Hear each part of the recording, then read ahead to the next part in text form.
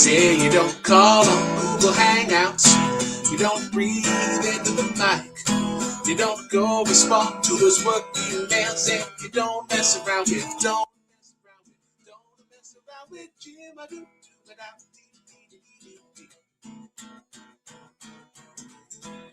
All right. Welcome everybody to the first or the season 3 premiere of Life 100 Takes, the Turntable rather, episode 23. Definitely the first take that we did. Definitely no audio issues at the start. But yeah, so it is just me at the moment. Yeah, the lean back, sure. But yeah, Andrew cannot be here today. Mother Nature decided to play a fun game of Snowstorm that I am actually getting tomorrow. So fun times. We do have Mr. Producer Man here. Good to see you as always. But yeah, new format, I guess, we have with the classic album. So we're going to be talking some fun little Amy Winehouse. But before we do that, let's bring on everybody. Actually, the last time that we had these two people on the same show, it was the dance off tournament, I believe, the debate way back. I think it was like almost a year and a half, 2 years ago. But let's bring on Kelli in nice sunny weather. Definitely not jealous. Yes. How are you doing? And very quickly, what album did you bring? I'm doing good. I want to know, it won't be used now, but in the previous Take One intro, you said Andrew's having weather struggles. And now I want to use that, like, formally. It's like, I will not be attending today due to weather struggles. I love that. That's pretty good. Yes. I am doing well. I have brought In Case I Make It by Will Wood, an artist I've become recently very, very obsessed with, so I can't wait to talk about today. Yeah. And yeah, joining us as well today, Mr. Jay Burns. Haven't seen you in a while.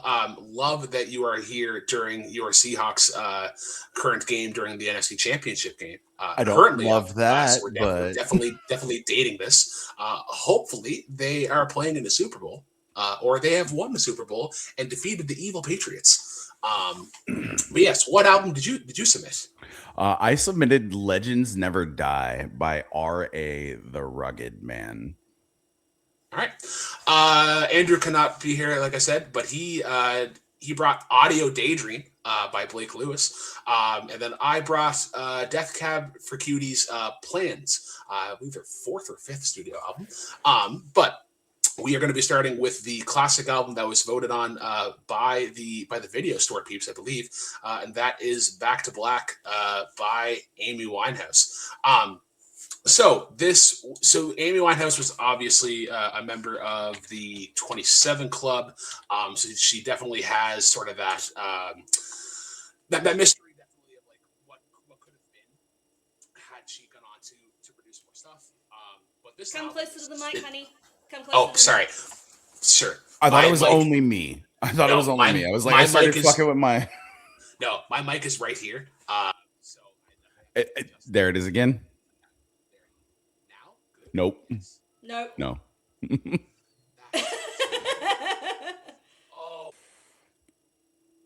All right. Yeah, we're going to be starting off with Back to Black by Amy Winehouse. This album definitely starts off with a banger in Rehab. Rehab was definitely kind of the big single that everybody got to know her by. Still covered to this day. Kids in high school are still kind of covering this. I think her voice is definitely just unmatched. Nobody has really hit like a lower register in that way. Kind of similar to like Stevie Nicks, I would say. But it's 11 tracks. It's a little over half an hour. But like the big singles that would have come off of this were Rehab, You Know I'm No Good, Back to Black, and then the other half. So like the first half is admittedly a little front loaded, but I think the B-sides are just as good in their own sense. In particular, Love is a Losing Game. I think that one could definitely be like a Bond theme, or I think that was definitely inspired by like, I want to do a Bond theme. Just kind of the tenderness that it has at times. I really like the closer of Addicted. Let's pass it on let's go to Kelli first. Yeah, well, Amy Winehouse very famously passed at 27, part of the 27 Club. So, I mean, if you didn't know that one already. I couldn't help myself. Um, yeah, well, actually, going off of that, it is such a tragedy when you revisit this album when it's been 20 years. And I was listening to it today, and I'm like, just the sadness of the missed potential of what we could have had a bit more of. Because this album, it's so funny in the sense of like, it doesn't feel dated at all because the underlying like themes of the album is to sound like a 70s soul album, and it hits it out the park with songs like Tears Dry on My Own feels like it could be from a 60s or 70s diva releasing that in its prime. So, and then I don't know how, but a lot of people go, it's inspired by or whatever, but never sounds like it could be from that actual era, where a lot of those songs do. But then what I think is really smart, and I guess it's going to come down to probably the production side, because if you talk this album, you've got to talk Mark Ronson as well, with all what he's bringing to it all. Brings it up into the 20th century with a bit of the way that the instrumentality is mixed, where we're using more of our modern, like, I don't know, what do you call like the little drumboardy things that Anna Kendrick uses in Pitch Perfect 2 and really shits me? What are they called? It's like a synth pad, I guess, or like a Something MIDI like that. disc. That's what Yeah, it sounds it's a like. MIDI controller synth pad. Like Yeah. you're not wrong there, but MPD or MPC, depending on which one it is that you have. Yeah. So Sorry. using that combined with the nostalgia feel, I think is really smart, and that's where those tracks sort of shine. Yeah, let's not mince words. Glee really covered about half of this album, so whenever I hear it, I do think of that as well. But the songs, I thought I'd heard this album. And then I'm listening to this album and being like, I have not heard this album. It's just the fact that a lot of these singles were huge made me feel like I have already heard this album. And I didn't even know it kicked off with Rehab. And I'm like, that's so smart. Because you remember back in the day when you go into a store and you would buy a CD and you would like actually only like maybe one or two of the songs. The fact that you start with Rehab is a fucking power move, and I am here for it. It was just a Absolutely. joy. It was a joy to re-listen to. I found new ones I really liked. I liked Me and Mr. Jones, hadn't heard that before. And then rediscovering songs like You Know I'm No Good. Like, that bass line is fucking nasty, and it is so good. I'm here for it. Jay, what are your thoughts? Hey, I am not going to lie to everybody. This is one of the albums that I did not get to deep dive into. I've listened to the other albums that like everybody put forth like twice. This one right here though, I think that we've talked about Rehab, at least myself and Brooklyn and Bar, when we were I doing Yeah, when we did, 500. yeah, it definitely Yeah, like there are definitely two songs on this album that definitely appeared on the top 500, I I believe. think Back to Rehab. Black I think and Rehab was Rehab. the one that we talked about. Yeah. But Back to Black is also a banger. Rehab is one of those ones that, like, as an individual who struggles with certain addictions, is one of those ones where it's like, oh shit, this kind of hits fucking hard, and like growing beyond the age of 27, 27 in a row, just like hits home. But like they tried to make me go to Rehab, and I said no, no, no, is one of those things where it's like, son of a bitch, dude. Like, even if you're not one of those people who can admit that you have a problem, like, this is one of those things where it's like, does this seem like, this is what I love about music, is like, music is one of those things where it's like, do I take the message that do I take the intended message from the lyrics of the song, or do I listen to the overall thing for the vibes?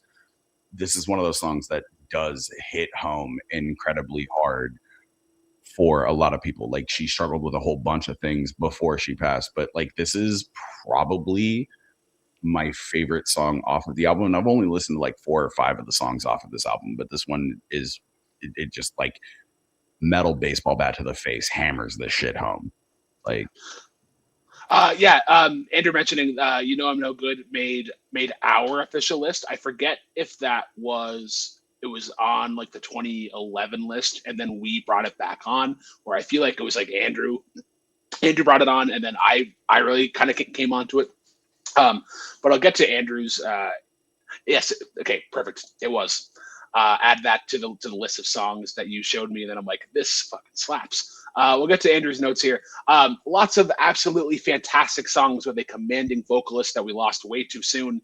Sadly, the biggest weakness is that it kind of ends with a run of songs nowhere near as strong as the ones prior on the album. But those are some all-time classics in that lead up, being the perfect blends of old school style with modern flair. Yeah, definitely the best way to put it. Definitely has that like 40s sort of 50s inspiration that I wish that we kind of had, because I feel like with music in general, the inspiration is definitely kind of like 20 years back. So like right now we're getting the samples of like late 90s, like 2000s, and like the big TikTok trends lately have been like, look at this song that samples this thing, and then it goes to the original of like the song that like we all grew up on. So and I know like disco kind of took a big sort of step forward, and I hope that like R&B, or this more like kind of raw sort of R&B, kind of makes the forefront again, because there is definitely a space for it. It's my kid's way. I think it will, Brooklyn, because it's that timelessness of tapping into something. It's the soul underlying of it all. So I think there's always going to be a space for that. So it's just waiting for another artist to come on and sort of utilize that and pioneer Yeah, it again. absolutely. Yeah, I guess the last thing I'll say is, you can never get tired of saxophone, in particular Barry saxophone. Or the lower the saxophone it gets, it's soothing. It's like a nice bowl of chicken noodle soup. But yeah, anything Tell else? that to Anthony Starr. That is a American politics joke. Yeah. All right. Anything else before we get into scores, favorite and least favorites? No. Okay. We'll start with Andrew's score. He gave it an 8.3. And his favorite is Tears Dry on Their Own, with his least favorite being Wake Up Alone, which are back to back. Let's go to Jay first, or Jay next, rather. For sure, for sure. Having, again, like I said, only listened to about 5 tracks off of this album, I think the one thing that I can say about it, and my least favorite song is Love is a Losing Game, is that it's been so overpopulated in the social media space, primarily on like TikTok, where they use a lot of they like use the chorus a whole lot. That might just be the thing that makes me dislike that song the most. I do still think that Rehab is probably my favorite song on this, but Back to Black is really good. But Rehab, Mm. like, rings a bell for me, and it's one of those, like, it's a klaxon for me. So like, I would give this song, I would give this album, from what I've heard of it, and I'm gonna go back and I'm gonna re-listen to it because I've re-listened to everything else multiple times. But as of right now, probably like a 7.4. All right, Kelly. I'm going with a 7.8. I came in thinking I was gonna like cheer for You Know I'm No Good, and then I was listening to it. I realized I just really like the first minute and a half of that song. Like when you get past like that you tear me down like Roger Moore, I'm like, okay, I'm done, and I'll sort of skip next. So I was ready for that to be my one, but I'm with Jay. There's something about Rehab that is just like, I'm not nostalgic in the sense that it lives in 2006, but it is just one of those like songs of the time that I'm just always going to be here for when it comes on, and I'm like, here we go, like always going to be pumped for it. So I will give my fave to Rehab. With a surprise first time best listen to me and Mr. Jones. I'm gonna go with Just Friends. Meh. Yeah. I don't like a lot of like slowy sort of tempo-y ones. That's not my one. All right. So I'm going to give this a 9. I just think I thought it was a good time.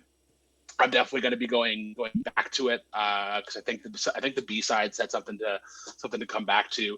I'll start with my least favorite because it's actually the opposite of Andrews. It is Tears Dry on their own. Reason being is that I don't think that the tempo, like, there's almost she's trying to do too much like unorthodox stuff, and I really like when there's sort of like a concrete sort of idea, and I feel like when she kind of plays around too much, it's hard to kind of keep that momentum. So I didn't love it. But my favorite is "You Know I'm No Good," and it's why I haven't talked about it in the preamble because I am a sucker for the sax. I am a sucker for the bass line. I love the little call and answer of like "I cheated myself," and then like the low sax, yeah. And then how she sort of like walks down like the dun, dun, dun, dun, dun, dun, dun, dun, dun, and then it goes into like the seventh chord, creates a nice little bit of tension.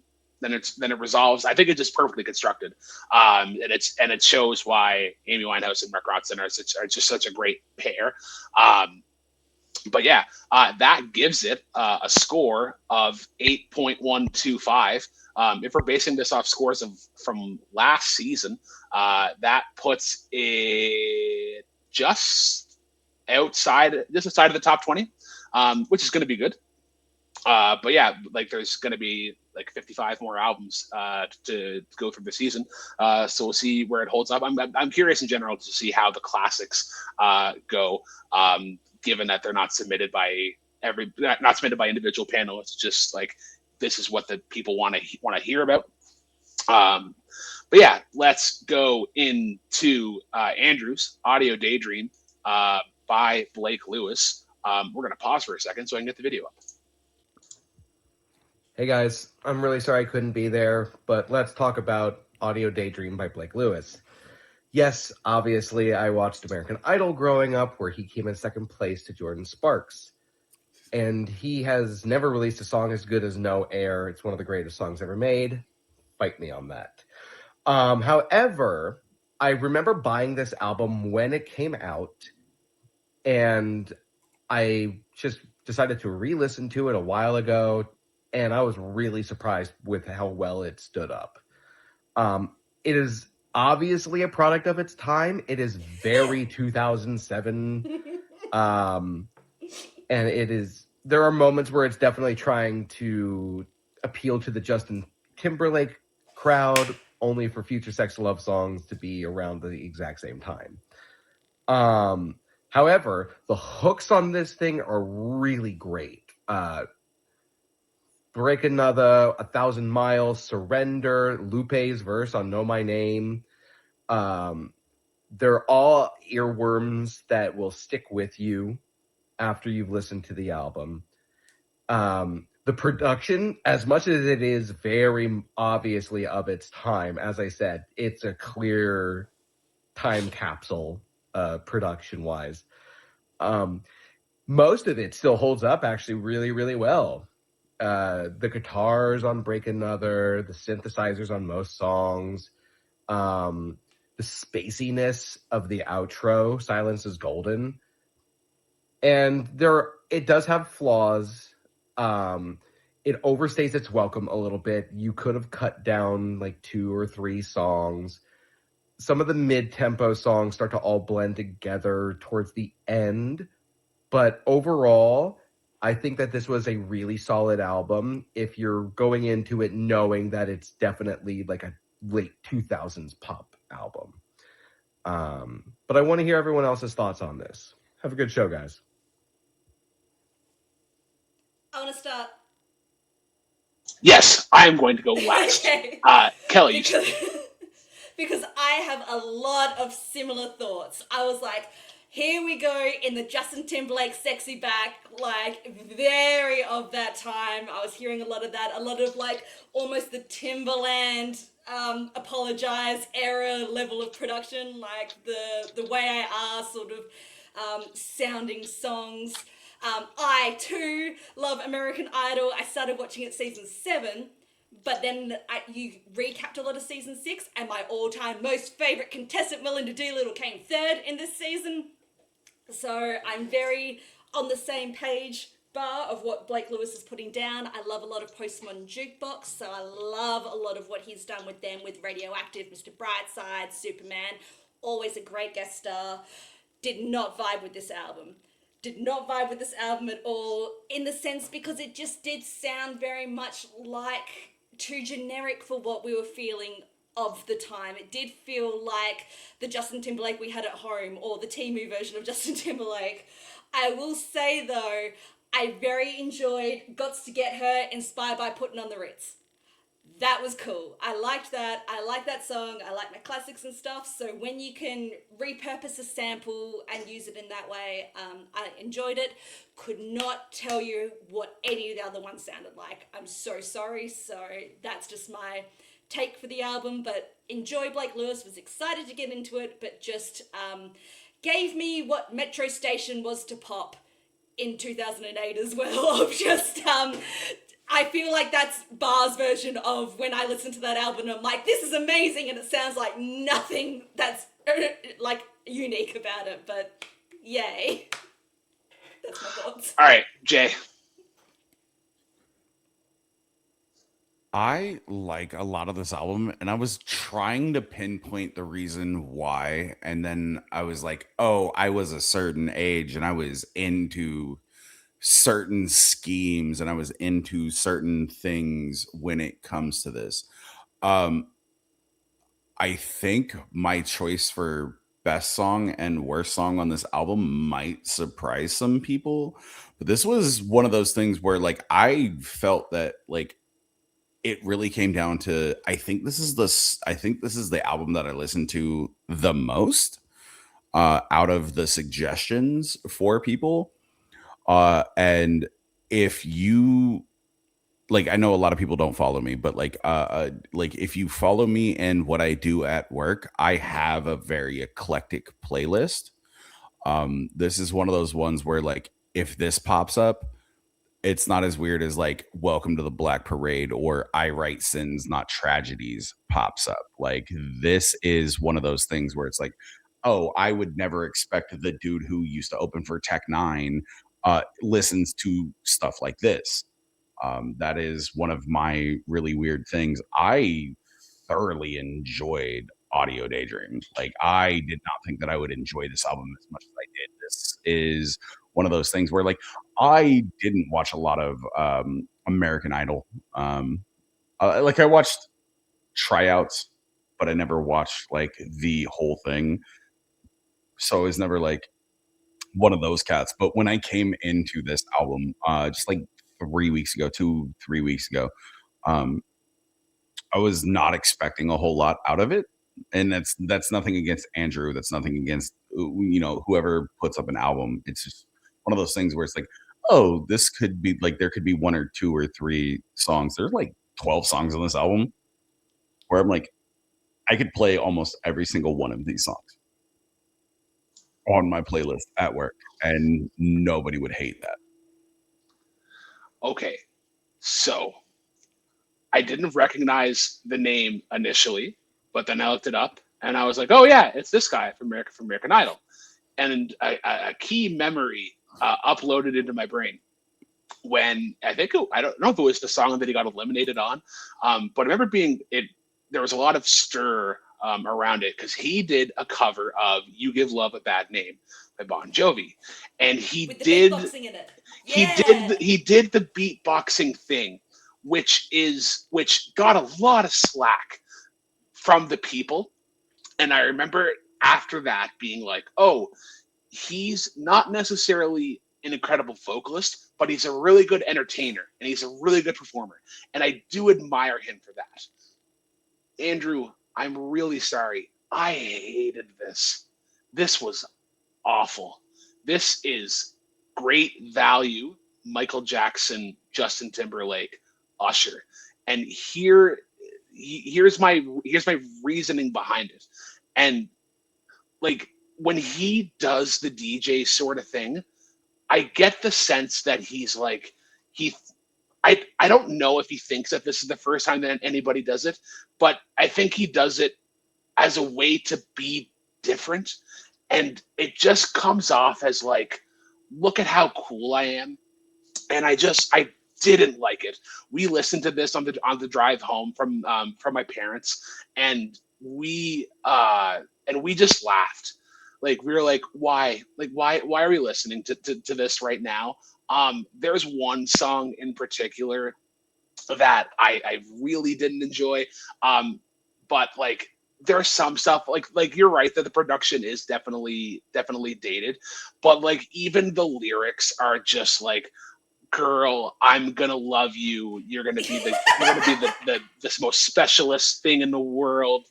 No, no, no, no, no, no, no, no. See, Timberlake had Timbaland, and Timbaland is an incredible producer. You look at the people that he was with.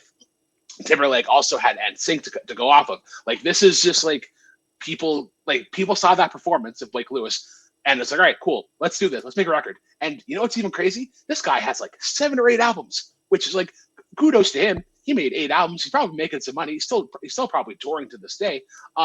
I've listened to enough of this, and when I listen to this, I want to listen to the guys that do it really well, like Michael Jackson, like Usher, like all those people.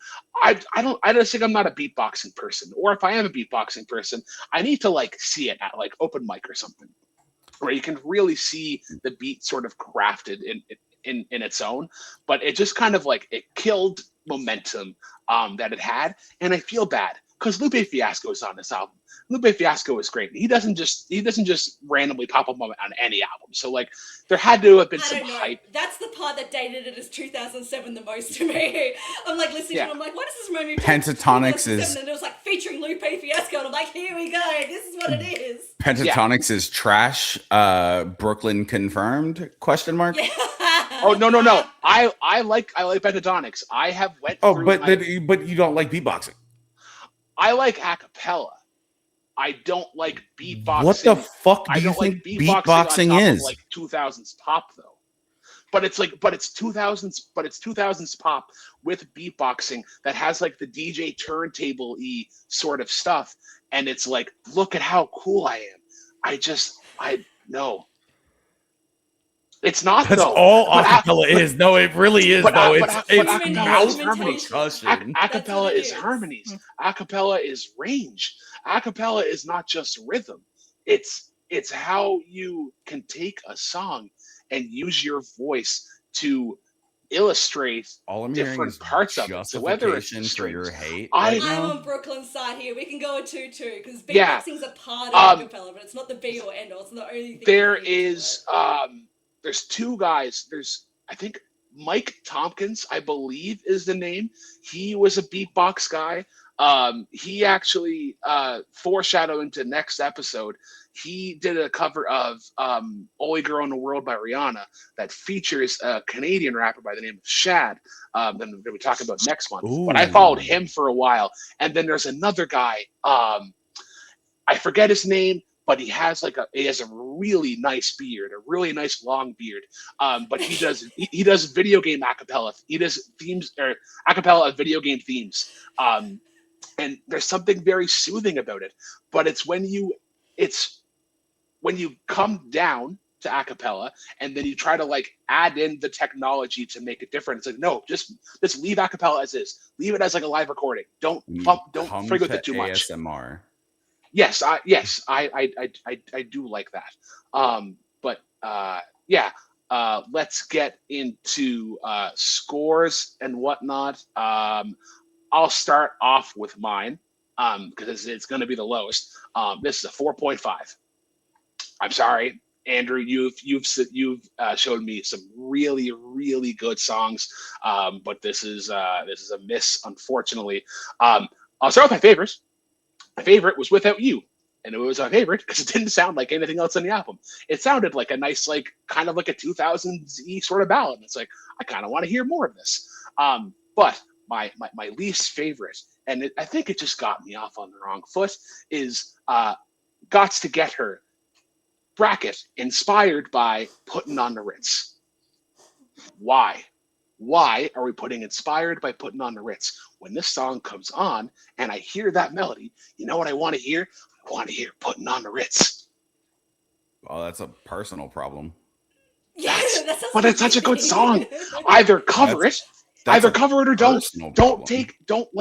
don't hack at it. Don't hack at it until you have whatever is resembling left of the song, and then build off of that. Just like don't try to reinvent a grilled cheese sandwich. Just That's make a grilled cheese sandwich. that's like saying Break Another has the exact same cadence as your idol from K-pop Demon Hunters, which it does very heartily. See, And then being I haven't like, listened to K-pop Demon Hunters yet. I've only listened to you're one song. wrong for that, sir. I Yes. should have chose. I knew I should have chose K-pop Demon Hunters, bro. I knew Kelly. I know. I don't want to say, but yeah, it's okay. Jay, you have to understand. Miss Rachel is my goddess. Yeah, Miss and Rachel she is- loves is K-pop my- Demon is Hunters, my- so is you my obviously queen. don't love Miss Rachel. You have to understand that there are 3 hungry ants marching in a line. They come across a picnic where they can dine. They march into the salad. They march into the cake. They march into the pepper. That's a mistake. That is my life. I can't escape it. It's in a book.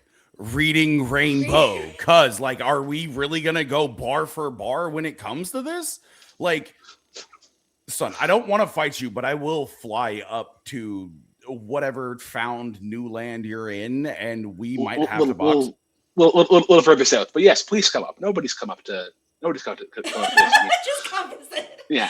I'm so desperate. I love it. All right. Jay, you go next. Okay. Here's my thing.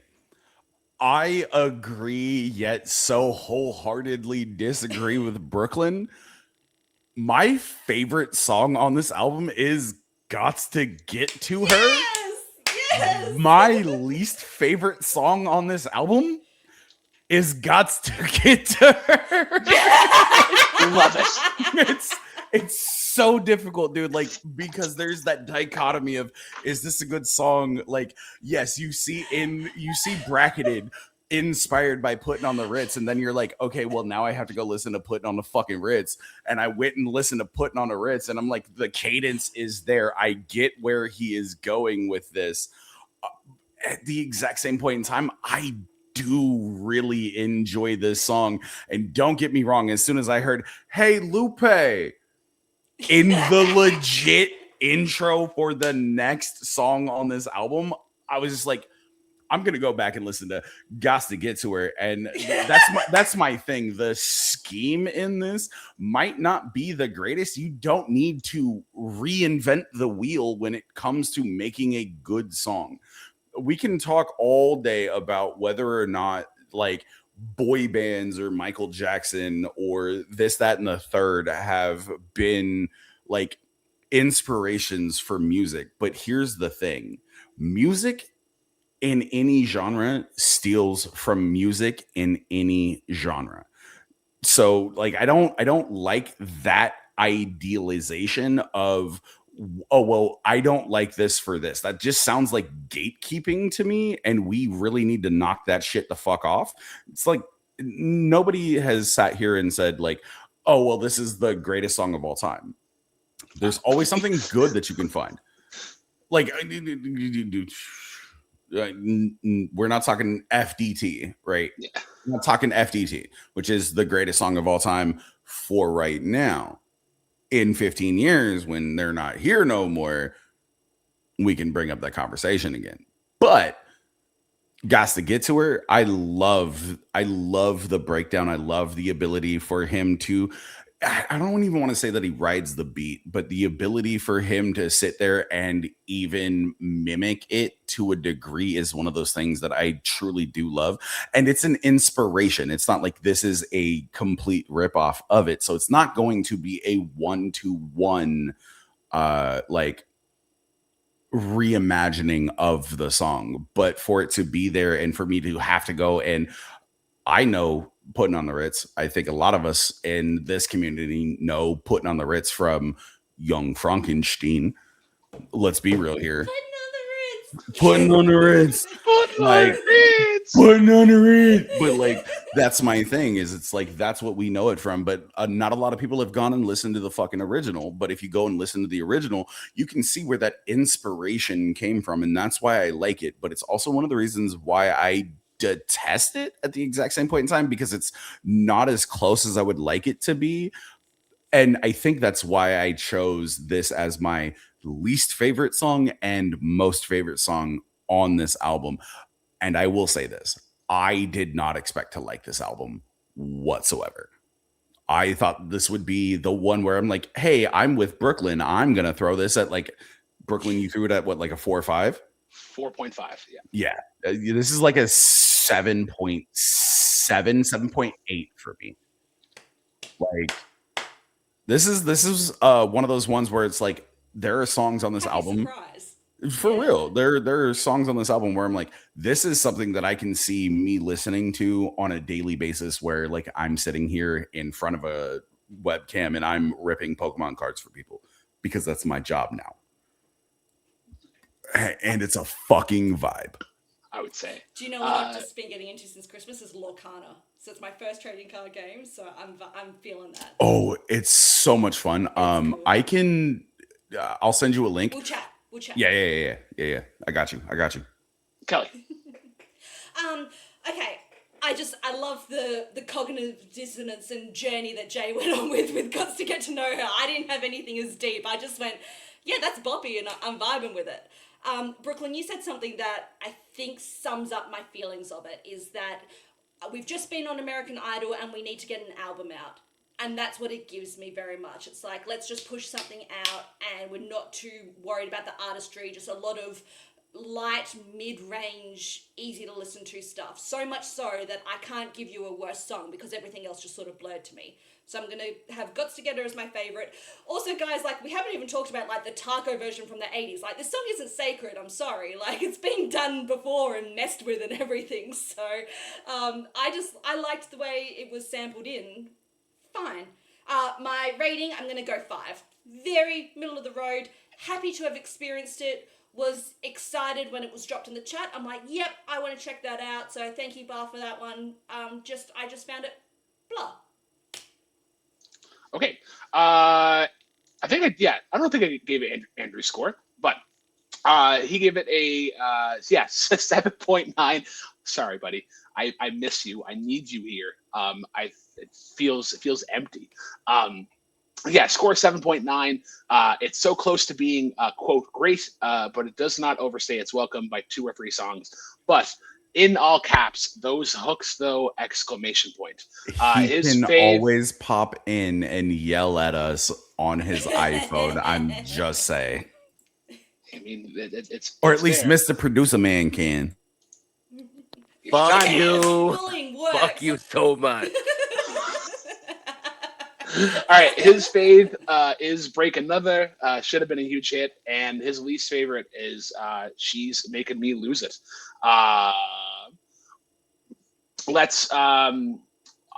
gonna do math while we're talking about the next album, which is going to be Jay. So Jay, tell us why you submitted Legends Never Die.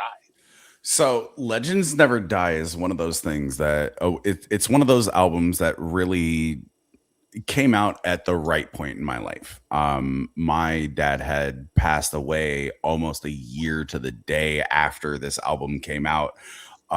So like Legends Never Die, parentheses, Daddy's Halo is the song on this album that hits me the hardest. But then we have things like Learn Truth with Twalib Kweli. There are so many things that happen in this album. Like, and I know a lot of it is shock value. Not a lot of people know who R.A. the Rugged Man is, mainly because he's not one of these individuals who is in the mainstream when it comes to rap. But like, if you know your underground hip hop, you know who he is. He rocked with Biggie. If you're a wrestling fan, he was the artist behind Break the Walls Down, the Chris Jericho intro. in the WWE. Yeah, that's his song. That's like where like a lot of people started to realize where he was coming from. Like Bang Bang Boogie, Tom Thumb, these are all great songs. I think Still Get Through the Day is another one of those tracks on this album. That's RA. Yeah, Bar, that's RA. I think Still Get Through the Day is probably one of my favorite tracks on there. I have one track on this album that I don't fuck with, and it's not because of RA, it's because of the feature. But here's my thing. Still Get Through the Day is one of those songs that you can listen to even when you're having a bad day. And this isn't a struggle Olympics sort of thing. This is, hey, bro, like I've been through some shit. My family's been through some shit. I know you're going through some shit. You gotta keep moving forward. And that's the overall message. You don't have to listen to every lyric. You don't have to deep dive into every lyric the way that like we as music fans, as movie fans tend to do with every quote and every lyric, to be like, what's the deeper meaning behind this? Maybe the message is just surface level, but that surface isn't a 2-inch puddle. Maybe it can be a little bit fucking deeper than that. And like, yeah, everybody's going through a fucking struggle. That doesn't mean that like you can't feel compassion for other people.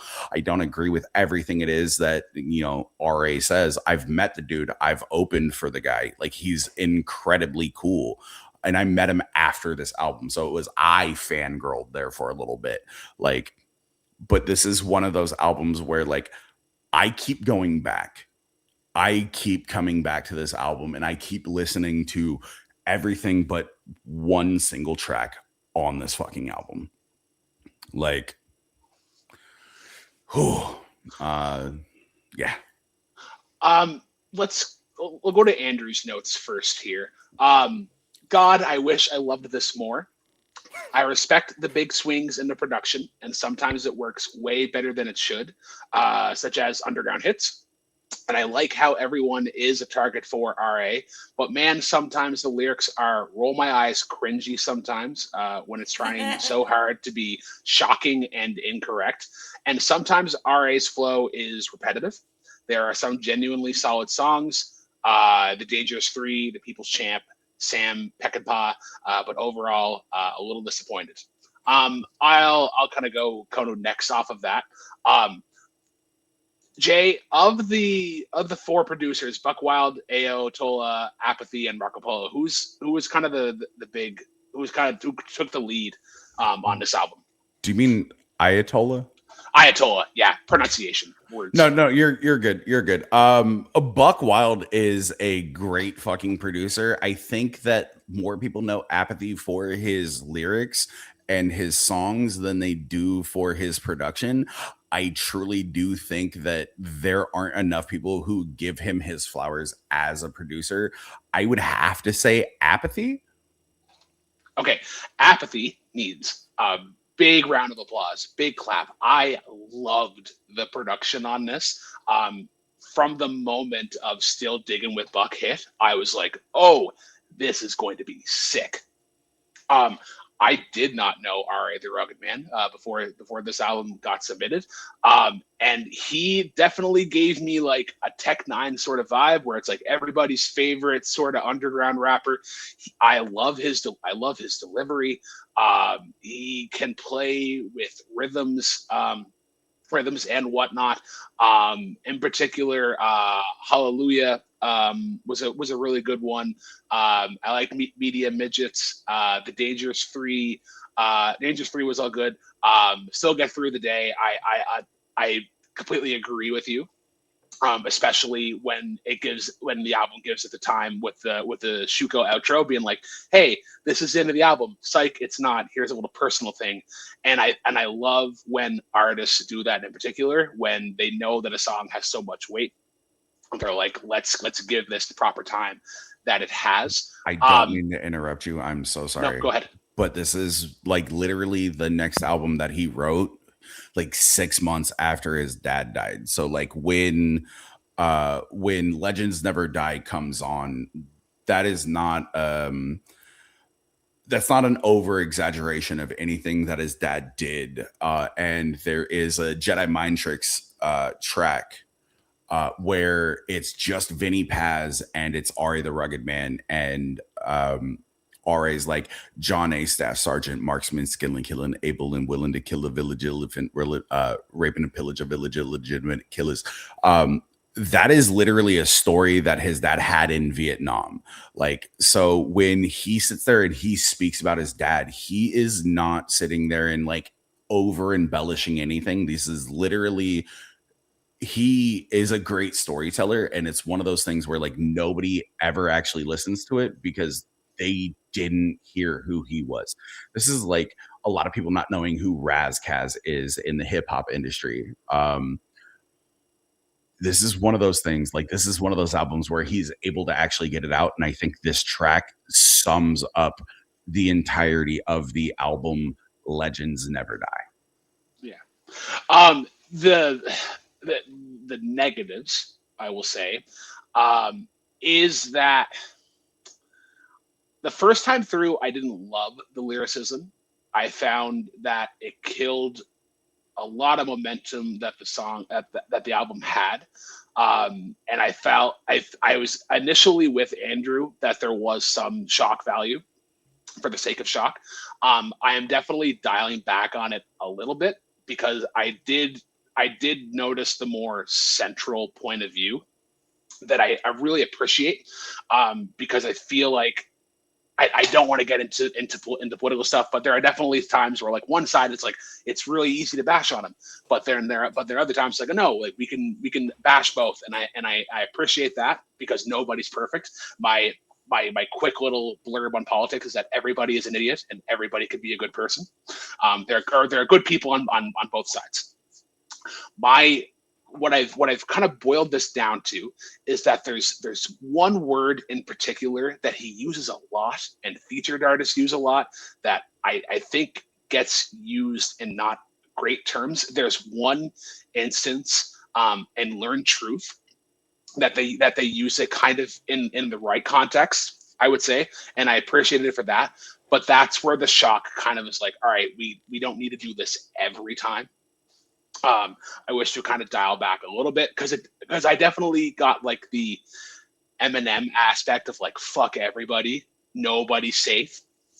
But there's also times where it's like, okay, we gotta rein this in. But great, like a good time for the most part. I'll definitely be checking out other works of his just to kind of see if he continues to go down this line. But yeah. Kelly, your thoughts? Yes. One of my favorite quotes is from Sister Act 2. And with a girl Wagger, Sister Mary Clarence goes, me, I'm eclectic. I like a bit of everything. And I've always liked to think of myself as that and then jump on that Ted Lasso, be curious, not judgmental. I will also say, though, that rap is probably not the realm I'm very familiar with. It's not a world I've ever delved right into. I'm coming at it with a real country white girl vibe. Like, let's be fucking real. Like, not so Morgan say, Wallen country though.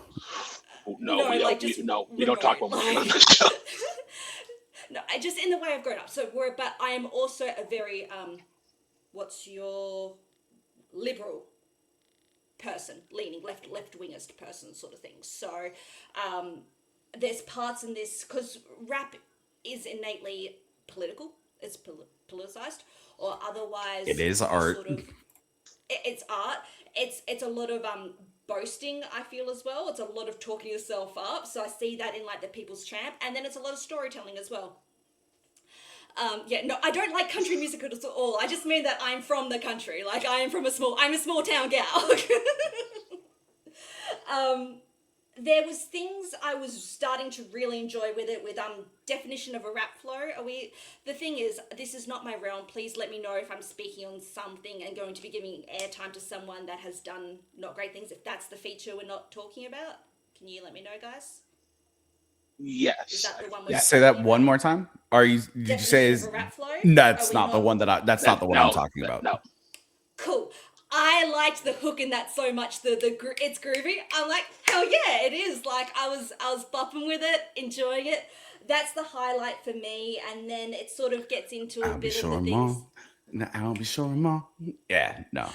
It then got into a few of the songs that I wasn't enjoying so much, and the parts of rap I don't love, which is things like the objectification of women. Not to get all onto that, but I don't. When I saw Eamon come up on this, I'm like, I hated "fuck that" when it came out, and so like I was not vibing with that at all. But because you brought it in, Jay, I really put myself in my mindset of like, what is Jay enjoying out of this, and what would you be sort of looking for and listening for? So when I saw Legends Never Die, Daddy's Halo, I'm like, okay, this is something we're going to be really like connecting with on this level here.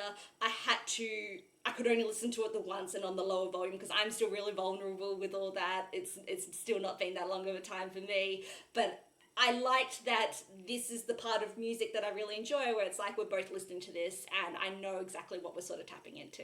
So I found that really sweet in that sense, not just for what the song itself is, but the emotions and what it's bringing out. Yeah, So I'm sorry, not Daddy some, broke me in that song. yeah, I cannot lie. Like, still to this day, like, I can't listen to that song without like welling up. yeah. Like, so Yeah.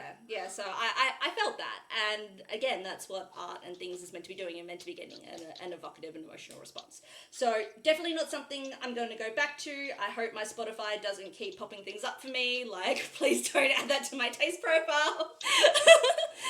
Because But you listen to this Legends is Never Die. Here's a yes, whole. but this is the joy of coming on the turntable, is being exposed to things that I wouldn't usually see in my realm. So happy for the experience. Okay. Anything else before we get into scores, favorite and least favorite? yes. Fuck Hobson. Okay. Yes. All right. Scores. Jay, you submitted it. What are you giving it? 9.2. Favorite song, obviously, the 100% is Legends Never Die, Daddy's Halo. But Sam Peckinpah featuring Sadat X and Vinny Paz is one of those really just like, it brings me back to like that early 2000s, late 1990s sort of rap vibe more than anything else. My least favorite, as nobody could be surprised with the language that I just used, is Underground Hits featuring Hobson. I don't like Hobson. I don't like his flow. I don't like him as a human being. I've met him like in person, had conversations, shaked his hand, been a part of concerts that he has been a part of. I don't like him. And that could be one of those things that really just like sours me to him as an artist. But like nothing that he does has ever impressed me. And it seemed like he was trying a little too hard when it came to this album, especially with like Ari the Rugged Band. Uh, Kelly, why don't you go next? Um, I'm gonna go with a 5.5. I really liked the start of it, and then it definitely did drop off a bit, and then it was hard to get me back on track. I definitely liked Definition of a Rap Flow the most. I definitely didn't like Love to Fuck at all, although I will give it the props for the pussy licking lyrics because it really pissed me off when Batman went, heroes don't do that. I think that set the movement back, and I fucking hate that. So I think it was in Harley Quinn or Kate Crusade or something. Batman went, no, heroes don't, you're going down. No, because heroes don't do that. Fuck that. Whoever Oh, fucking I wrote thought that we were went, making a fuck joke you. on DJ Khaled there for a second, which would have made way more sense, but I get where you're coming from. So yeah, props for that, but still I'm just like, I'm rolling my eyes the whole time. All right. Andrew gave this a score of 6.1. His favorite is Legends of Never Die. And his least favorite is Laugh, Clown, Laugh. I am going to give this a 6.4.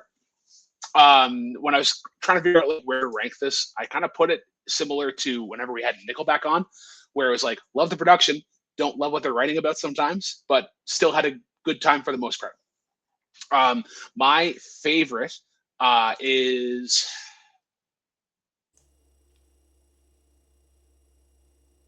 is going to be Learn Truth. I want it to be Shoot Me in the Head, because I love how silly that gets, especially when it gets like to the chorus. Because as soon as that chorus came on, I could see Jay like belting this out, like, I'm a piece of shit, I'm a fucking fat fuck. And I just love how it's like almost like D12 of like, I'm not taking this serious at all, and you don't get that seriousness throughout. I almost want to pick that, but Learn Truth is almost the polar opposite, because I love the Chuck D sample at the start, and it really sort of sets a tone for what the song is. Fuck yeah, no, I'm gonna keep it with Learn Truth. My least favorite is also going to be Laugh Clown Laugh. Honestly, it's a toss up between that and Sam Peckinpah. There's a couple lines in there that I'm just kind of like, I am ready to get to the good part of the closers. Still get through the day, and Make It Famous is also another good one. But quick little math. Let's do it. 6.4 plus 9.2. I need a keyboard with a number pad. Plus 5.5 plus 6.1 equals divided by 4 is 6.8. Which is can somebody boost their number by like 0.2? Just so we can get to 6.9. Yeah. You did get a better score than Audio Daydreams by Blake Lewis, which gives me a perfect segue to say that album got a score of 6.2875, purely because, Jay, you were torn between 7.7 and 7.8, and I just put 7.75, which is the rule that I've always done for scores. I know who is Sam Peckinpah. I did not know. Sam Peckinpah was an old school actor. He appeared in a lot of like Western movies, which can technically be inferred from the lyrics of the song itself. But yeah, the Dirty Dozen is probably the most famous thing that he was John Wayne before before Marion was John Wayne. This is why I don't compete in movie trivia anymore. Because I'm just way behind the 8 ball. All right, on to the next album. Kelly, tell us why you submitted In Case I Make It by Will Wood. Okay. I'm pissed at myself for not making any notes, and I'm so rusty with giving my opinions. I haven't recorded it in a hot minute, and I'm really come on, girl. That's right. I also didn't. I didn't write notes for this. Oh, thank you, Jay. Thank you. Okay, I got this. You got this. In Case I Make It by Will Wood came into my life about midway through last year. So this is still very new to me. This isn't something that I usually come on shows and be like, I've grown up with this and I've got attachment to this. No, this is brand new. But it has been healing me. Will Wood in general has been healing me. Will Wood makes music for the weirdos, the people that feel like they just don't belong to society, your neurospicy friends, your mentally sick friends. Thank you. And I feel seen when I listen to him, when he talks about it's introspective. And I just feel some sort of catharsicism when I'm listening to his music. I found it through Spotify and through the hashtag of Dark Cabaret. And I'm like, okay, here we go. And so some of the earlier stuff is definitely more, it's piano based. I love a singer-songwriter piano.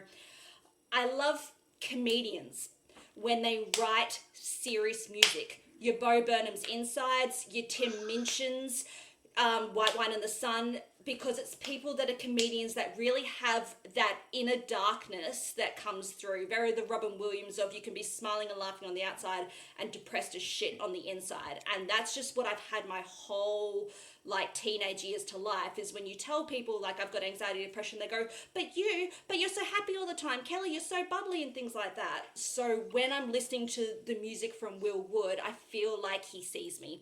He sees me in my struggle.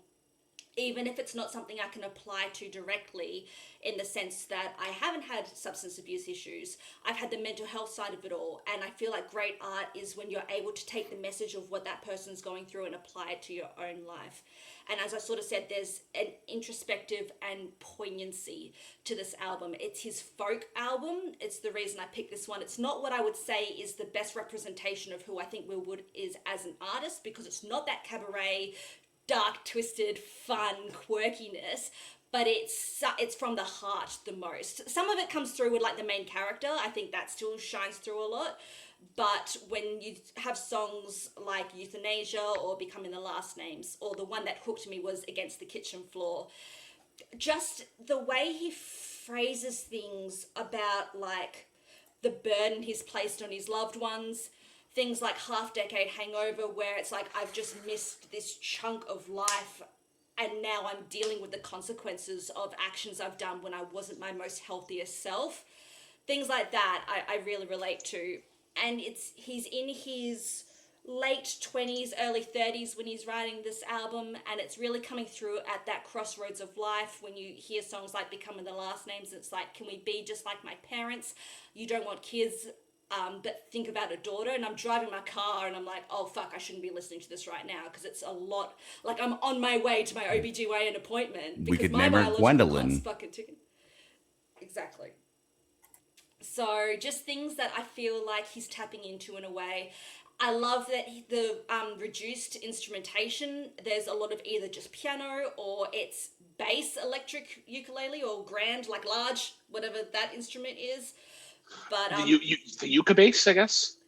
Something like that, but it's just a larger, bigger version of it. So that always makes songs, I think, really tender, and it makes your lyricism show. I'm a girl that just loves lyrics. That's what I'm in it for, the music. Tell me a story, take me on that journey and bring me into it. So songs like Tomcat Disposables makes me really, like, at first I was loving it. I'm like, is there cheese in the great beyond? What's the moon made of? Like, thinking I'm all quirky and shit. And then on my 10th re-listen, when I'm like, oh my god, it's about a rat that dies? What? Like, it took me out. And the other one I want to go with is White Noise at the end. I think does the Only in Dreams really quiet start and then big crescendo build up halfway through. That's how you end an album. When you're talking about, just being different, just being mentally unhealthy and being like, that's okay, and I'm trying to get better, like, be the best person I can be. I just love that. There's something very Rebecca Sugar in it, Jay. I was thinking of you when I could say this. Like, there's something that some of these songs sound like they could be in a Steven universe, where it's like, if you change your mind, or here comes a thought. I feel like it's very in that vibe of it, of just trying to put words to how I'm thinking and feeling and who I am. Tomcat Disposables could definitely be one of those Rebecca Sugar songs, dude. And 100%. like, I'm not gonna lie, I think I'd like, just to show my hand a little bit, I think it might be, there's not a bad song on this album. I've not found a bad song on this album, but like, Tomcat Disposables might be my least favorite in this, but like, we'll get into that.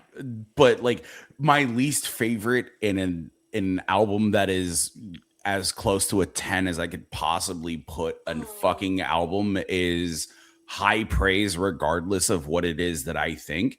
Because I listened to this while I was at work. I was opening Pokemon cards to this entire album for like an hour and a half. I just like put it on fucking repeat and was like, I want to be able to do my thing while I'm listening to this, the way that I would do it with anybody else's albums that were like sat here in front of me. And so I did a whole bunch of other things. This song stuck out to me, but then again, I re-listened to it because I like have listened to it for the last week. No. What do you think of the album in general, Lovey? I love this album. At first, the first listen through, I didn't really take into consideration the lyrics. I was more like, let me listen to this for the vibe. Let me listen to some of what's going on. And I was like, there's a lot of food related things. And then I was like, wait, let me go back and listen to this again. Cause like, obviously, if you look at the fucking album, it's a moon as a pizza pie, but the moon is made of cheese and the pizza slice is right there. And I'm just like, let me, I'm gonna do my due diligence. Okay. Um, I'll go to Andrew first to give his notes. I love the creative playfulness of Will's lyricism, and on a purely musical level, this is incredible. The clarinet in the main character, thumbs up from me. The percussion in White Noise, the melody in Becoming the Last Names. But I can't help but feel that he's the caffeine-free version of Father John Misty, and I can't tell why. I'm glad you said that, Andrew, because I was going to reference this in our previous conversation. It may be because he winks at the audience just a bit too much, maybe. I don't know. Also, You Like This, Okay Computer was off-putting but genius. Um, Yeah.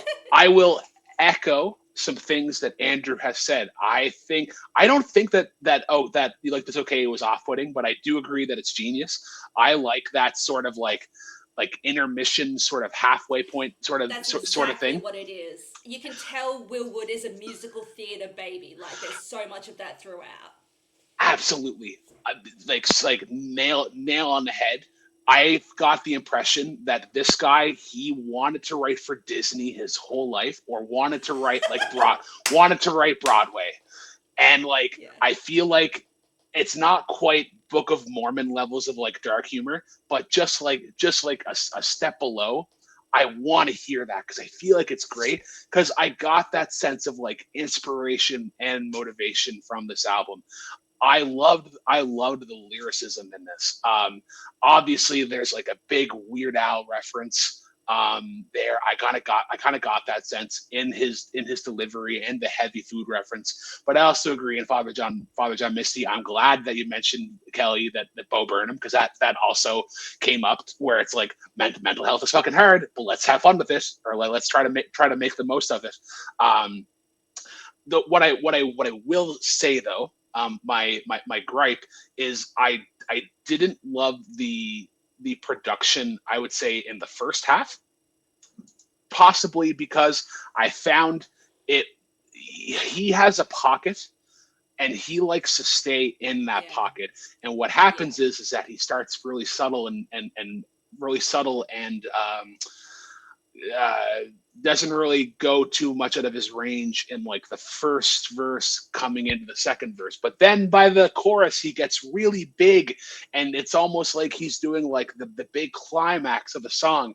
And it kind of does that a lot. It wasn't until I think it's like Cicada Days or the end of Euthanasia where it kind of ends, and it kind of gets a little bit more of like that hard rock sort of sound. Then I'm like, okay, like there is something here to be different. But I will admit that like when this album ended, there was another track, I forget which one that it was, came on, and it sounded like this was on the album. And that I like, because there is talent there. I love what he writes about, but I want to hear I want to hear some more variety in the production aspect of it and Definitely, whatnot. definitely check out his other works, because yeah, I've picked this one because it's the most restrained, and as I sort of said, it's the most introspective of what he's done. But like his album, this is one of the least of the fan favorites. His other ones, Love Me Normally, is like a Blue Velvet Lynchian sort of vibes to that one there, and gets real quirky and different. And then his work with Will Wood and the Tapeworms beforehand. So the song Half Decade Hangover in this one is a definite follow up to his song 2012, where he talks about how he's just lost that complete year. And so then this is his hangover from losing that, and it's more upbeat. So he plays a lot. This one is just, as I said, more on the same heartfelt level. And oh, I'm going to bring up K-pop Demon Hunters. I love when an album brings you into its world so much that you start to feel like, when I watch a good movie, I feel like I've got a heartstring that shoots through and connects with the screen. And that's what I feel like I have with this album, where it fills me with the hormone of the golden, and like there's just something about it that connects me to the rest of people and this world, and I feel not alone in the world. So I'll just be forever grateful to this album. He also, I love when you find an artist that sings even better on their live albums. He has nearly as many live albums as his studio albums, because they always go off. Yeah. Okay. Anything else before we get into scores, favorite and least favorite? Yeah, like it's openings, but like there's also just like my parents, in due time, imagine me, just like my parents, yeah, right, because I've made more mistakes than simply empty moments, each one as out of character as you know I tend to be. There be scalpers at the cemetery gates, I think is by far one of the hardest bars I've ever heard. And this comes from somebody who, like, again, yes, I have a very eclectic music taste, and I love me some like Alone and Forsaken by Hank Williams, and I love me some Johnny Cash, and I'm Raise Hail Praise Dale, but like that's a fucking bar, dude. Like I don't think a lot of people understand that, and it's one of those things that like this song stuck out to me. Becoming Last Names. I feel like that's a Broadway song. I feel like that's Oh, a solo, 100%. like that's A what it has the build to 100%. it, and then Like those big if you crescendo can at the end. project that shit, Yeah. like 100%. But I want to get one. I want to get this on the record because there's a comment that Bar made in the chat that is mint. If he made a musical, it'd be an off-Broadway cult classic done in a small professional regional theater for years. Please take all of my money. I want to go to this. I want to support. I like supporting arts, but I want to support this art. Just don't cast the guy from Evan Hansen. Yeah. All right, let's get into scores. Kelly, what are you giving it? Favorite and least favorite? It's a 9.7, only because I don't like the You Like This Okay and the Big Bitches. I get what we're doing here, but it has to dock points just from an objective standpoint. No, hang on, bump it up to a 9.8, because then it's just, no, bump it up to a 9.9, because it's a 0.5 for each one then. Okay. Here we go, 9.9. 0.6. 9.96. Okay. Perfect. All right. Did you give favorite and least favorites, or you kind of did? Fuck me. Favorite Against the Kitchen Floor. Least favorite Big Fat Bitches, and that's just a cop out. Okay. Maybe Euthanasia, because it just does make me really cry. Yeah. Jay. I think my least favorite, and that's really hard to do on an album where like I haven't found, like outside of my own album, I haven't really found anything that I'm like, oh well, this is trash. So like this is really hard. I think Half Decade might be my least favorite song on the album, and that's not saying anything terrible because my score is incredibly high on this. But I do think that Becoming My Last Name, not only for there'll be scalpers at the cemetery gates, but like the words in this, the way that this is like presented is one of those things. And we have one more album to talk about. This is not melancholic the way that is melancholic, but I think that Becoming the Last Names is probably my favorite, and I'm gonna give this a real high. This is gonna be 8.95. This is going to be 8.95. Kelly, thank you for sharing this album with me. I appreciate you, girl. We need to do more things because it seems like we don't necessarily always agree, but we always have great conversations when it comes to it. Exactly. It's the vibes of the thing. It's on point. Okay. 8.95, you said Jay? Yeah. Go to Andrews. Andrew, at a buzzer beater, changed his score to an 8. Favorite is the main character, and the least being Euthanasia. I'm going to give it a 7.5. Again, incredible lyricism. That's a reason that I want to go back to it. But I think I will check out other albums just to kind of see what his production can really bring out. My favorite, I'm gonna agree with Andrew in that it is. Oh my God, there you are, the main character. That was the one that, like, every album that I do on Turntable, I always remember the song that I am like that I have to grab my phone to be like, okay, what's the title, or what's the title of this track? And that was the first one. I'm like, okay, cool, that's the one. My least favorite, I'm gonna say it's Becoming the Last Names, because it's so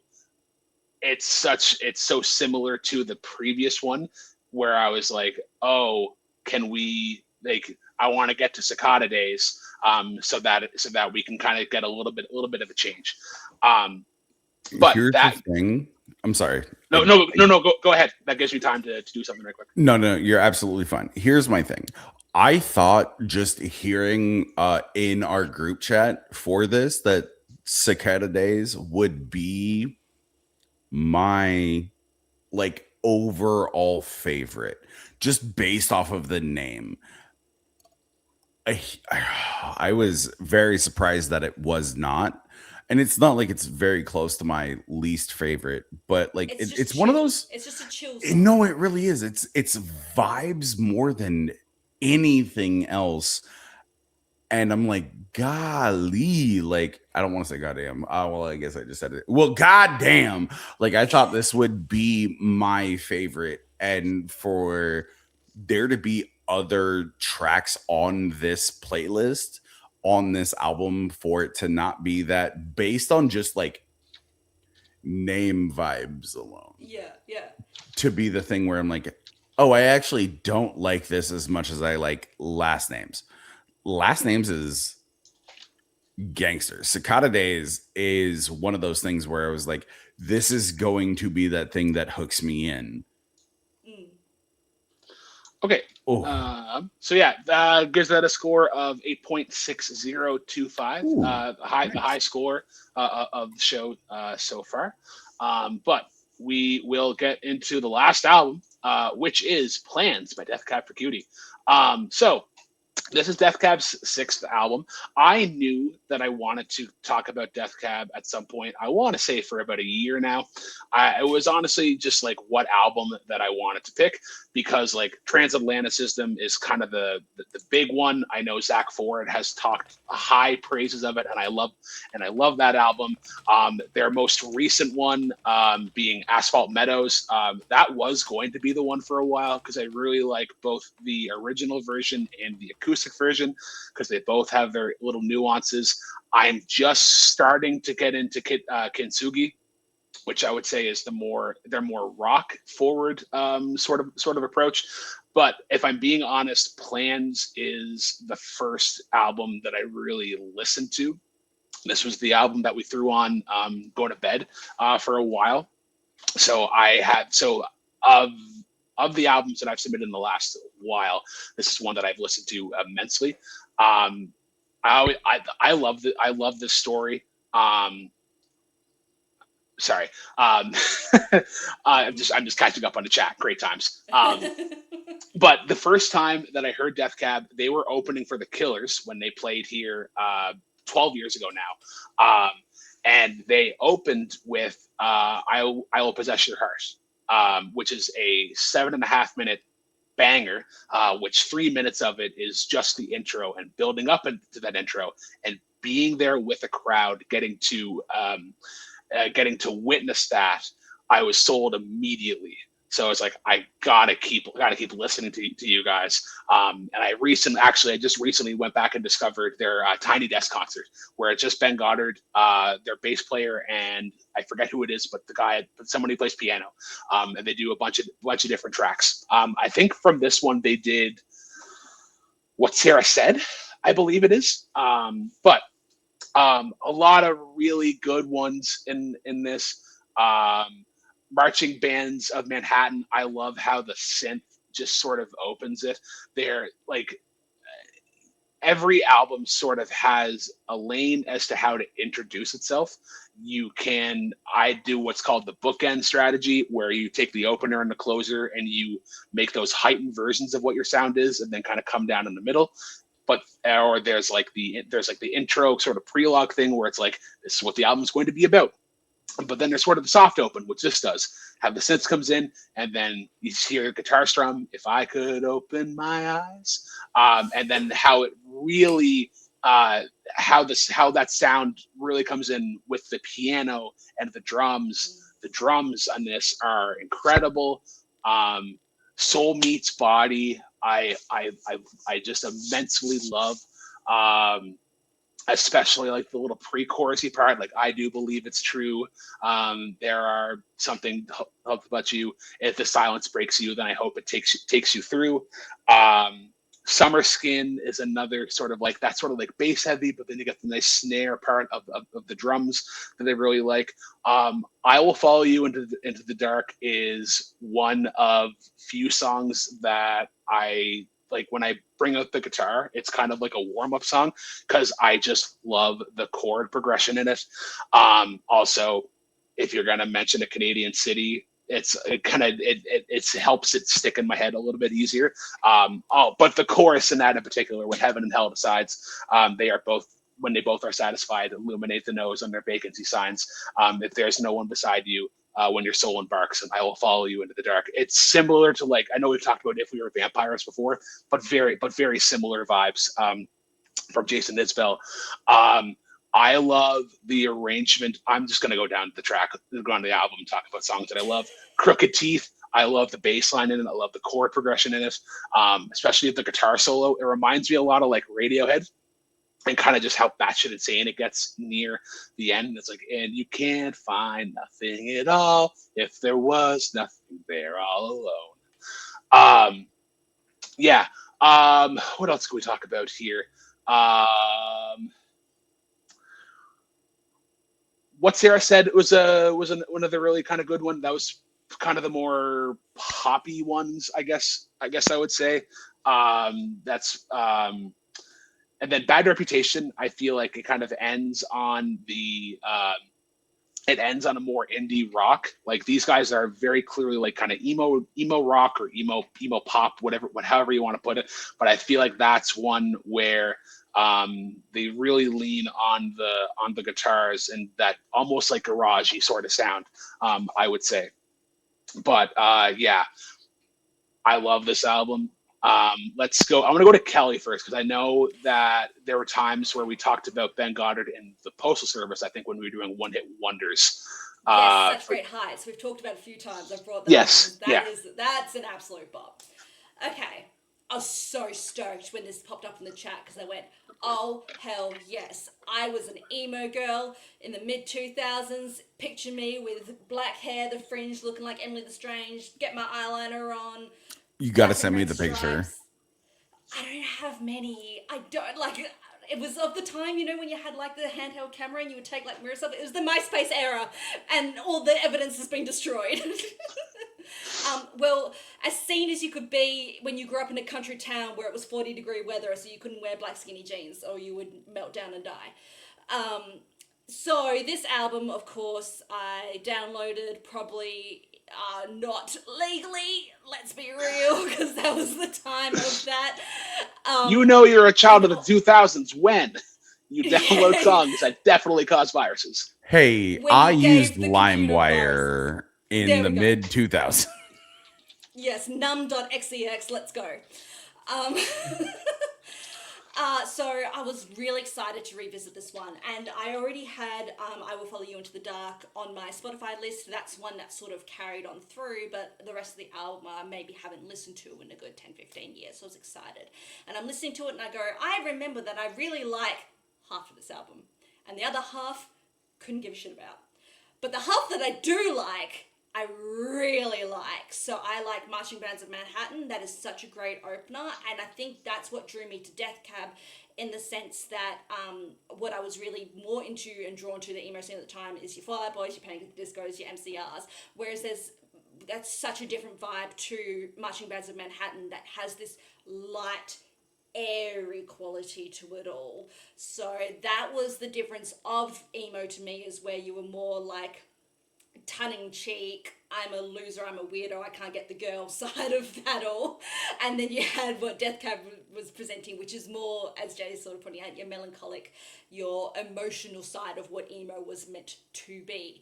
But I guess at the end of the day, they would be more just alt rock, indie rock, very much that pre-Pitchfork of what we got of the 2010s, like very the godfathers of all that. So I like that. I don't like Soul Meets Body. Also, all of this very 2005 OC Season 2 Seth Cohen, I'm pretty sure Death Cab for Cutie made up half of the OC soundtrack at some point. So, were they on it? I know the Killers were on it. I can't remember if they were on it. Michael Campbell in here going to be pissed at me for dropping an OC like and not being able to know. My favourite by far, well, I Will Follow You Into the Dark one, because that's the type of romance song I like. I've come on here before and said I don't like romantic love songs. I hate Ed Sheeran Perfect. Don't tell me how I look. Don't tell me that. Tell me what you're going to do for me. Very Janet Jackson, what have you done for me lately? But tell me how I mean to you. So I Will Follow You Into the Dark was I'm dead. You're fucking coming with me because you love me that much. I will choose not to go to heaven just to be with you. That is the kind of love that I'm looking for. That is that's more romantic to me than anything else. Yeah, don't tell, Jay, perfect. Don't tell me how you love me, but like, what do we mean to each other? Very moral ethics, very cheaty. So I like it for that, and just how stripped back it is as well. I'm always going to be a sucker for something that's stripped back, just acoustic or just stripped back and piano. The other one that has stuck with me for so very, very long is What Sarah Said. That opening piano, I feel like it pierces my soul. I feel like it sounds like it could be used for a Zelda temple. Like there's something really zen and beautiful about that. I'm spitting. Oh my God, I'm that passionate. That play. She got bars. Oh my God, you guys are converting me into like a rap lover or something. Like, here we go. The line that says, love is watching someone die, and the way that I can't mimic it, but it's like this high-pitched, almost voice crack of a delivery. That love is watching someone die. And then bring back in that instrumentation, bring back into that, and so who's gonna watch you die? That's kind of, it fucked me up as a 15-year-old, like, and it stuck with me for so long. And I do think that is the kind of love I like to hear about. As I said, I don't like romantic love, but I came on before and we talked Songbird, and those lyrics are, to you, I'll always be true to you, I'll never be cold. I love when artists are getting into, it doesn't have to be a romantic love, it's just what does different kinds of love mean in general. So this is a familial love, and now that I'm going through that sort of loss, when I was re-listening to it this time, oh yeah, teared up. And especially they're talking about like the hospital room and the waiting rooms and things like that. I just love when artists are raw and just wants to put their experience out there for you. So yeah, loved it. No, just loved it. Enjoyed re-listening to it. Jay. Sorry, I think the Seattle Seahawks just made the Super Bowl. I don't mean to. Yeah. I don't mean to date this. I don't mean to date this.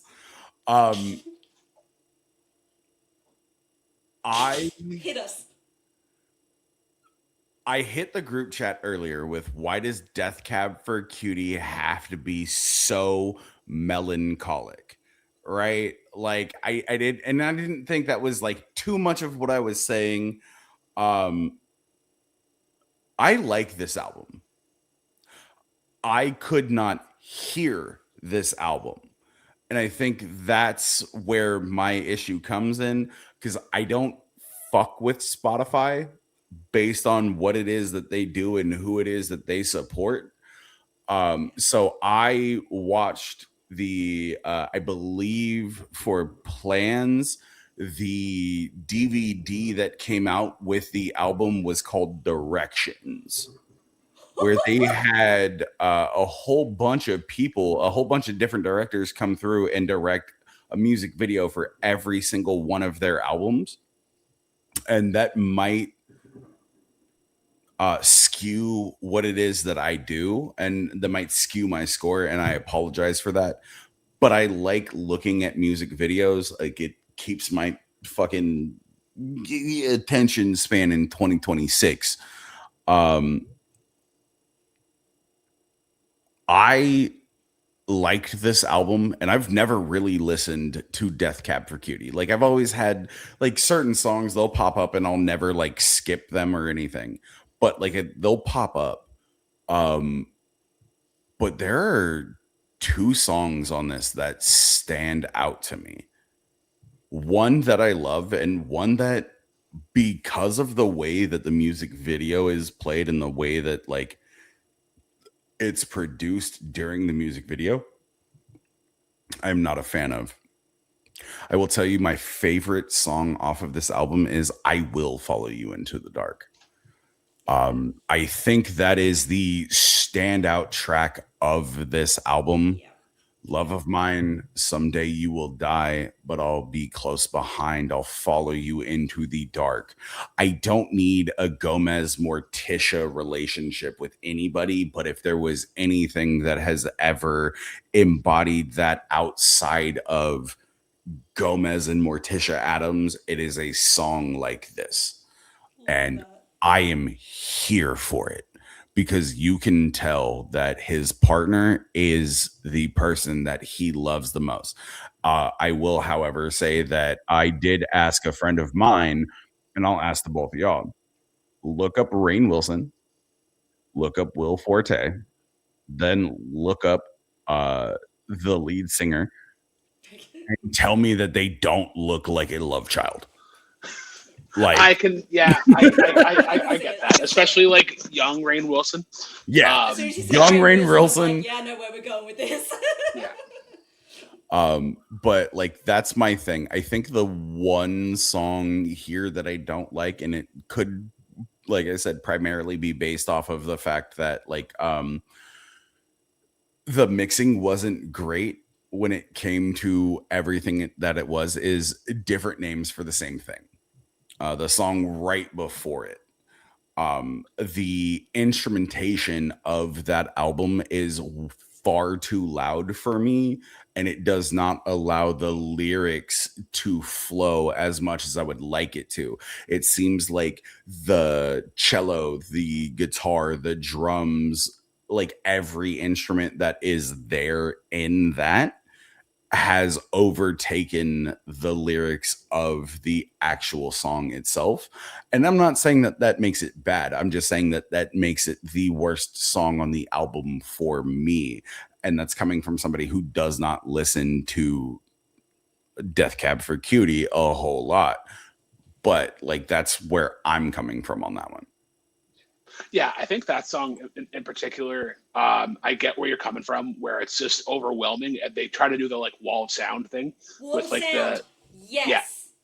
yeah, and like this like old, not necessarily out of tune piano, but old, but like where you hit it and like you can hear the hammer sort of like ringing off of it. Yeah. Yeah. Anybody who plays piano and had an old piano, you know exactly what I'm talking about. And like it gives a charm, but it's like, damn it, I just want to hit one note, and it's like boom, and not but yeah, I'll go to Andrew's notes right quick. I think there's one thing in here, Kelli, that you will definitely appreciate in this. One that I'm going to have to re-listen to. Sadly, you can only fully get through once, but I can understand why this has endured in the indie scene. Strong melodies, unique but good vocals, great songwriting. Sadly, as an album, it does kind of suffer from what I call Grey's Anatomy syndrome, where the mellow indie tone does kind of overstay its welcome just a bit towards that. You are out of line, Andrew, but you are right. As Grey's Anatomy is a guilty pleasure of mine. I I don't know. I love the show, but I hate how much it sucks me in at times, and it's to the point now like where I can rewatch and be like, oh, we're at this arc, like where Meredith is like about to die for the second time. We got to bring her back somehow. And how are we going to do it? But yeah. Anything else before we get into scores? Nope. Okay. I'm good. I am going to give this an 8.5. I think that's a fair ranking at this point. I'm kind of with Kelly at times where this album can sound same, but I think its peaks are really good. Sorry, that's not what I wrote here. 8.7 is what I'm giving it. My favorite track.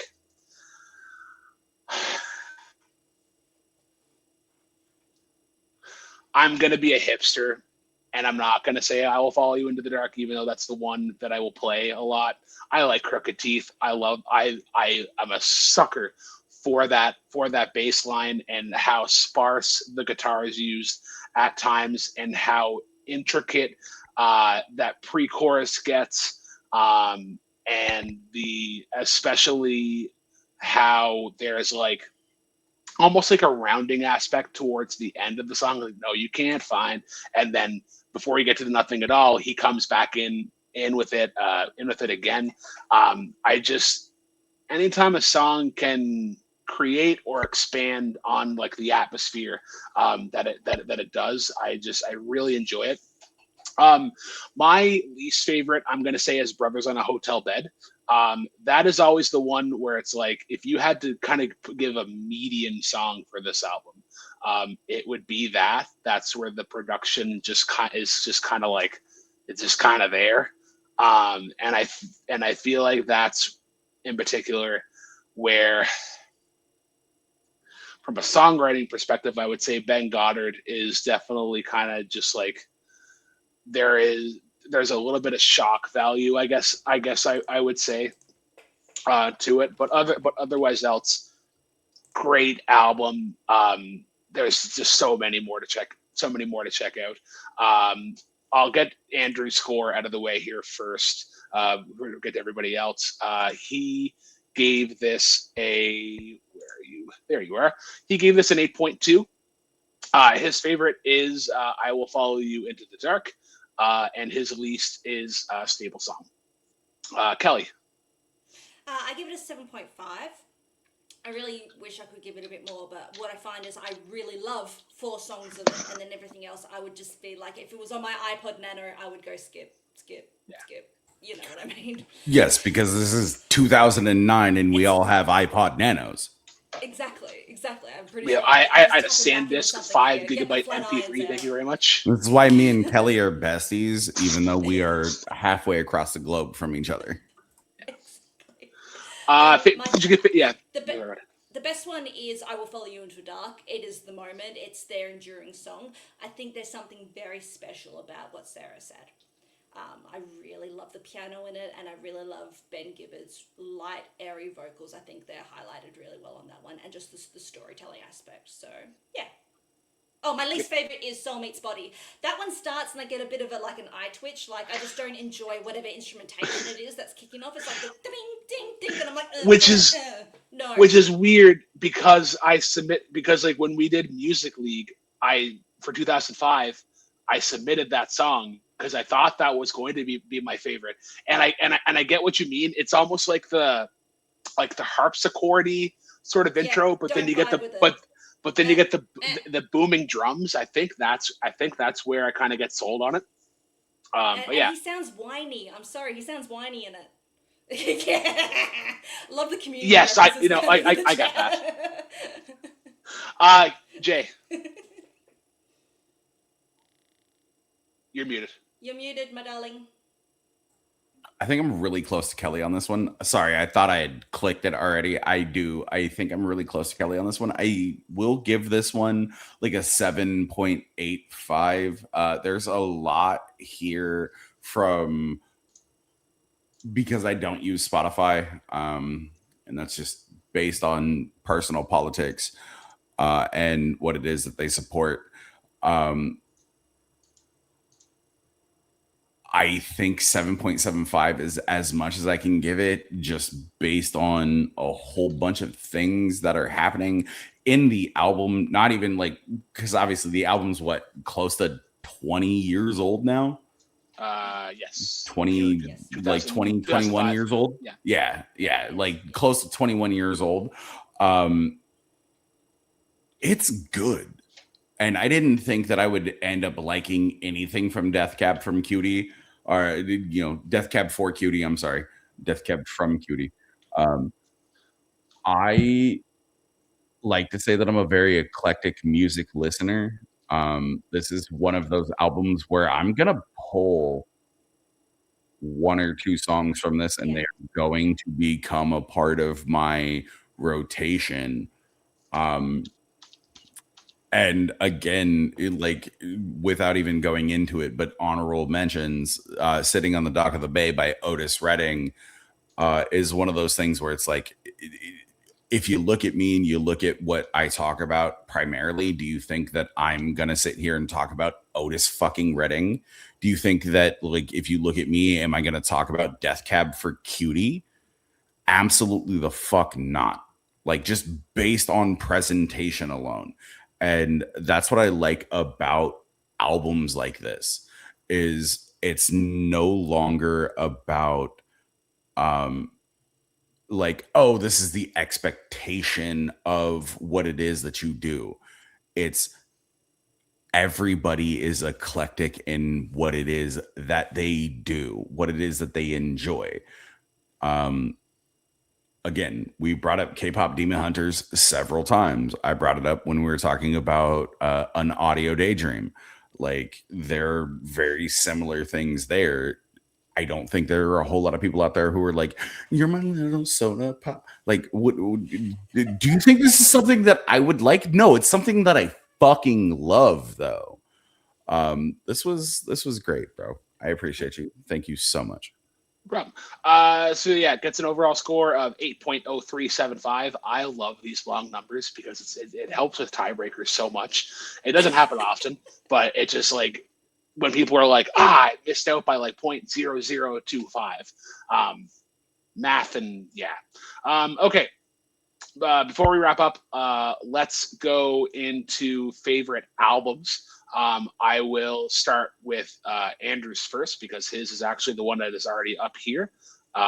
This is Plans by Death Cab for Cutie. That was his favorite. I will go next, and I will say that In Case I Make It by Will Wood was mine. It feels weird. Like, even though I gave Back to Black a higher score, I feel like giving the classic one isn't fair because they're already like a well-regarded album. But this one here is the best of the bunch. Kelly. I liked Back to Black. I voted for it in the video store chat, so I feel like I'm giving myself my own medal at the moment. But I just did not realize I had not listened to it all the way through. So if I'm picking one apart from my own, because of course I fuck with the one I brought, then I give it to Back to Black. All right, which means no album gets into the Hall of Fame. Jay. Oh, I'm not gonna be petty and be like, or I'm not gonna be. I don't want to call Kelly sanctimonious because that's not what I mean. Kelly knows that I love her. I ain't got none but fucking love in my heart for Kelly. I am choosing Legends Never Die by Ari the Rugged Man. You can sit here and say whatever it is that you want. You can listen to the entire album, but I guarantee you, out of an 18-track album, there are going to be 14 tracks that you want to go back and listen to. The outro by Shuko, the intro might not be one of those things, but there are things in there where you're like, oh shit, that was Twalib Kweli, that was Sadat X, that was Brother Ali. There are things in there that you want to go back and listen to, and you're going to go back and listen to the entire thing. Outside of that, I would honestly probably say Plans. Okay, perfect. All right, so that wraps up the first episode of season 3. It's good. Thank you Kelly and Jay for coming on here and just having a great chat. It's like we haven't done this in like 2 months now, so it feels nice. Like it's January, we're getting back into the swing of things in the community. Everything's starting up. New shows are blossoming. But yeah, next week or next month rather, it's going to be our 2025 recap episode. That is going to be myself, Andrew, Amaru Moses, and Scott Harvey. The albums that we are talking about are going to be Songs for a New Moon by Charles Kelly, Forever How Long by Black Country New Road, Let God Sort 'Em Out by Clips, Pusha T, and Malice, Start Anew by Shad, and then the classic album that got voted on, Ego Death at a Bachelorette Party by Haley Williams. All right. Thank you guys. Cheers. And as always, drive safely.